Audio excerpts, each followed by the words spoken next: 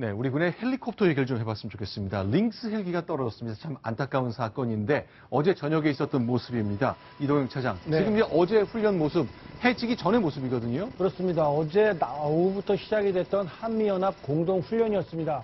북한의 잠수함 공격에 대비하기 위해서 화면에 보시는 것처럼 이지스함에서 우리 대잠 헬기인 링스 헬기가 밤 8시 57분에 작전 명령을 받고 출격을 했습니다. 그런데 네. 안타깝게도 8분 뒤인 어젯밤 9시 5분경에 네. 4차례 SOS 구조 신호를 보낸 뒤 무선 교신이 끊기고 말았습니다. 네. 배에서 얼마 떨어지지, 한 3km밖에 떨어지지 않은 지점이었지만 네. 달빛이 전혀 보이지 않는 칠흑 같은 어둠 속의 바다였다고 하고요. 네. 현재 수색 작업이 계속 진행 중이라고 합니다. 자, 정말로 이제 이지스함을 링스 헬기가 떠난 거, 3분의 조종사가 조종했기 때문에 현재 실종 상태인데요. 밤 8시 50분이면 정말 깜깜한 밤을 얘기하는 거겠죠? 네, 일부러 우리 군에서 무월광, 지금 추석이 지난 지 한 열흘 정도 지났죠. 지금 네. 아주 새벽에는 달이 있을 겁니다. 완전히 네. 달이 없는 밤. 여러분 자, 혹시 지금 이 화면에 보이는 거는 이제 달이 없는 밤이라고 하지만 이제 해안선이기 때문에 마을에 빛이 좀 반영이 된 건데. 그럼요. 저 바다에 나가서 깜깜한 날 보면은요. 네. 물하고 하늘이 구별 안 됩니다. 완전 깜깜입니다. 아, 물이 물이고 하늘이 하늘인 네. 게 아니군요. 자기 핸드폰을 켜면 거기서 불이 나올까요? 근데 그 불을 쳐다보다가 보면 더 깜깜합니다. 그래서 아무것도 보이지 않는데 북한이 무월광을 택해가지고 잠수함을 침투시킬 수 있다라는 가정하에서 훈련을 하다가 사고가 난 걸로 알고 있습니다. 자, 이게 지금 아덴만에서 우리가 작전할 때 상황인데 지금 이렇게 야간 카메라를 켰을 때만 좀 이런 윤곽이 좀 보일 뿐이고요. 네. 자, 그렇게 야간 카메라를 쓰지 않았을 땐 정말 칠흑 같군요. 네. 김교 교수님 예전에 군 생활할 때 달 없는 밤의 작전. 근데 주로 이제 육군이셨기 때문에 육상에서 해서 이렇게 어두운 상황은 잘 없었던 건가요? 아니, 우리도 저 무월광시에 제가 헬기로 공중기동 작전을 했는데, 네. 바로 해가 지고 달이 뜨기 전 그 시간, 네. 그 시간이 갑자기 환했다 어두워지게 되니까 육안은 더 어두워져가지고, 네. 저는 한 우리 대대원 500명 가지고 야간 공중기동 작전 멋있게 실전처럼 했다가, 네. 병사 몇 명 죽이는 줄 알고 그때 진짜 아주 그냥 끝나고 나서 야 다시는 그 훈련 안 했는데 한 번 하고 저게 이제 뭐냐면은 SLBM도 성공했고 5차 핵실험하지 않았습니까? 네. 그러니까 이번에 긴급하게 한미연합 훈련이 계획이 됐습니다. 그래가지고 네.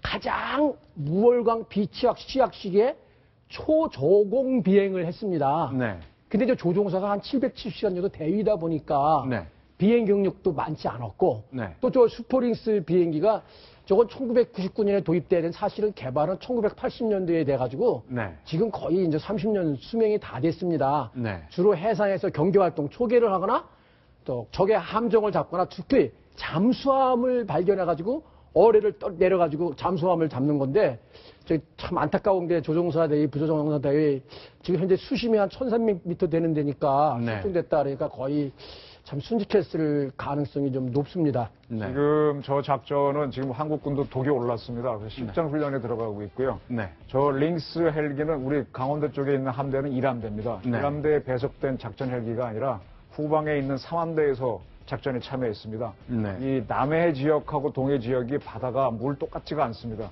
그 수심도 훨씬 깊고요. 파도도 다르고 자연환경이 달라서 조금 서툴지 않았나 싶은데 그 전에 3함대에 있던 배가 천안함이 사고 났을 때 서해에 와서 작전하다 사고 낸 적도 있었거든요. 그만큼 이제 지역이 다르면 좀 그럴 수 있습니다.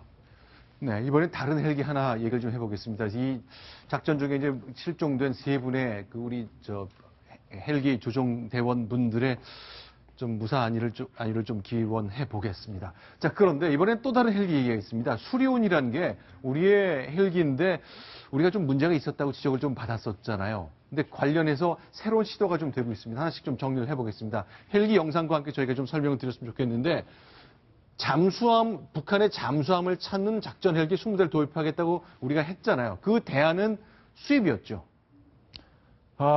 그거는 참 국방에 대한 철학의 문제인데요. 네. 돈만 비용 대 효과로 따지면 수입이 빠릅니다. 네. 이미 다 개발돼 있어서 수없이 사용해서 안전성이 검증된 걸 한다 그러면 네. 수입이 쌉니다. 근데 내가 내 독자적인 능력을 갖겠다 그러면은 스스로 자주국방으로 간다면 개발을 하는 거죠. 그 두 개는 항상 충돌이 되는데 네. 사용하는 군에서는 자기는 예산이 빠듯하잖아요. 네. 그러니까 이거를 국산 개발하게 되면 다른 걸 못하니까 거기도 네. 치고받고 합니다. 그래서 그런 의견이 있고 지금 검토를 한 기관들은 되게 경제를 주로 분석하다 보니까 네. 해외 구매가 효율적이다. 그렇게 판단을 하거든요. 근데 비용 대 효과를 따지지 않고 저렇게 개발을 한다 네. 그러면은 우린 김정은이를 봐야 되는데 김정은이는 비용 대 효과 따지고 지금 미사일하고 SLBM하고 핵무기 개발하나요? 돈 네. 수억 벌으면서 합니다. 그런 건 일종의 자주국방인데 그렇게 가는 데도 있고 이렇게 가는 데도 있는데 선택의 문제입니다. 자, 그런데 이제 이렇게 일단 와일드캣 인수하는 걸로 수입하는 걸로 결정이 났었는데 육상용인 수리온을 좀 개조하자. 그래서 해상용으로 쓰자. 그게 더 낫겠다는 의견을 이제 카이라는 항공 우주 산업에서 내놓았거든요. 이거 괜찮은 겁니까? 아니, 그러니까 지금 해상 작전 헬기가 여러 가지가 있습니다. 지금 네. 링스, 와일드캣은 최근에 몇 초부터 해상 작전용으로 개발됐나요? 이것도 원형 자체는 육상 작전용입니다. 그다음에 네. 미 해군이 지금 새로 도입하고는 MH-60 호크 기종은 원래 UH-60에서 나온 겁니다. 네. 헬기는 기본적으로 육군 무기이기 때문에 육군용으로 개발해서 쓰다가 거기에서 여러 가지 변형을 줘서 해군 작전으로 넘어오는 거거든요. 네. 따라서 수리온이 현재 지금 50대 정도가 우리 육군에서 사용하고 있고 네. 계속 생산하고 있으니까 저거를 해군 작전용으로 개조하는 건 저는 맞다고 봅니다. 근데 네. 다만 비용이 많이 들어가죠. 네. 그 비용을 해군이 부담하라 그러니까 해군은 그러면 국방 예산에서 주면 하겠다라는 거고 네. 국방부는 안 준다 그러니까 이제 사자 뭐 이런 쪽에 얘기가 왔다 갔다 하는 거죠. 네. 그 통상 이 공군 전투기하고 함재기에서 뜨는 전투기가 있거든요. 네.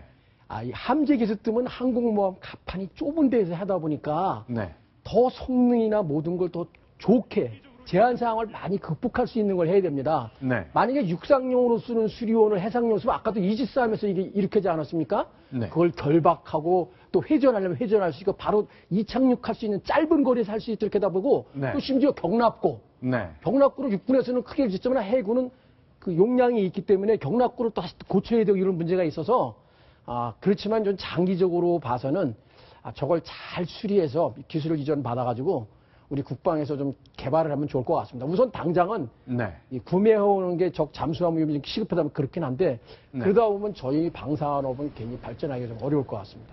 저 해상용 그 헬기 같은 경우는 배가 커도요 각상 가보면 좁거든요. 따라서 이 뱅뱅 돌아가는 날개를 접어줍니다. 네. 그다음에 꼬리 나오는 것도 탁 접어줍니다. 그래서 그렇게 하다 보니까 좀 그렇게 줄이는 그런 시설을 새로 개조를 해야 되고 또 지붕도 육상의 지붕은 이 경락고를 높게 할 수 있는데 그걸 좀 낮추고 하는 문제들이 있어 비용이 들어가는데요.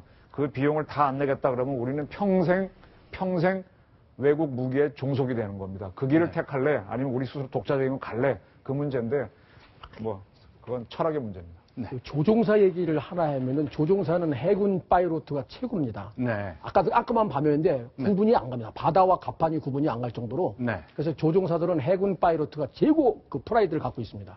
그러나 그 세 분 이제 안타까운 상황에 좀 처했는데 일단은 좀 무사한 일을 좀 기한하는 것으로 정리해야 되겠습니다. 자, 지금까지 이제 두 가지 소식 봤습니다. 김기호 교수님 이제 인사를 좀 드려야 되거든요. 다시 한번 모시도록 하겠습니다. 고맙습니다. 자, 이번에 세 번째 소식 넘어가겠습니다. 순위 보겠습니다.